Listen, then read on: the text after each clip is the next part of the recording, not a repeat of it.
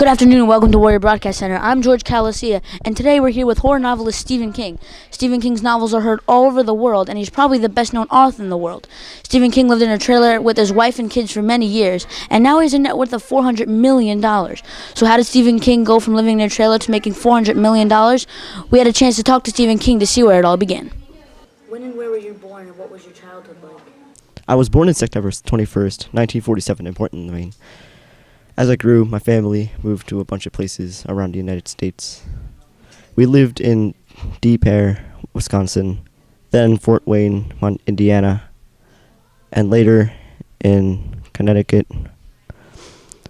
I returned to Maine when I was 11 years old, and my mother became a caregiver to those who were mentally impaired. What were your parents like, and how did they raise you? When I was 2 years old, my father, Donald Edwin King, left the family under the pretense of going to buy a pack of cigarettes. So my mom adopted my older brother, David, and raised me and him by herself. Where did you receive education? I went to the grammar school in Durham and then Lisbon Falls High School, graduating at 1966. Was that the time you began to write seriously? Yes, I have begun writing like I do now during my sophomore year at the University of Maine. I started writing a weekly column for the newspaper known as Maine Campus. How else did you participate in school?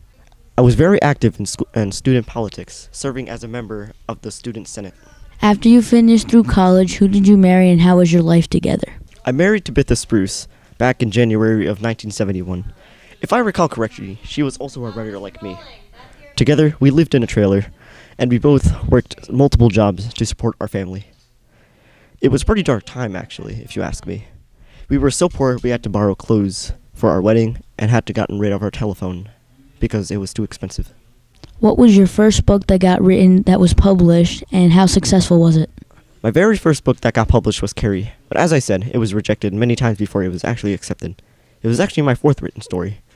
The previous three got rejected.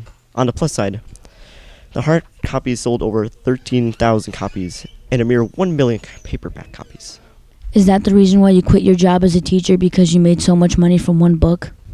Well, yes and no. I prefer to write, but I went to teaching to receive payment to support my family. Obviously, I didn't get as much money as from my teaching years, but it was all I had during that time. On the other hand, I do come back to Toronto University to teach a few things. Speaking of your novels, why must bad things occur in your story? Well, I believe that any story with something terrible happening in it makes you realize your life is better in comparison. To me, it shows us a scale to measure our problems by. What do you have next in store for your millions of fans in the near future? Well, I'm currently working on End of Watch, with the cover released on October 6th. The projected release date of it will be sometime around June of next year. It is about a third trilogy focusing on Detective Bill Hutchins, following the previous trilogies, Mr. Mercedes and Finders Keepers. Well, there you have it. From a trailer to swimming in millions of dollars, Stephen King has made a comeback that no one ever thought would be possible. He has one of the most amazing life stories and battled that throughout his life. From Warrior Broadcast Center, I'm George Calasia, and we'll see you next week.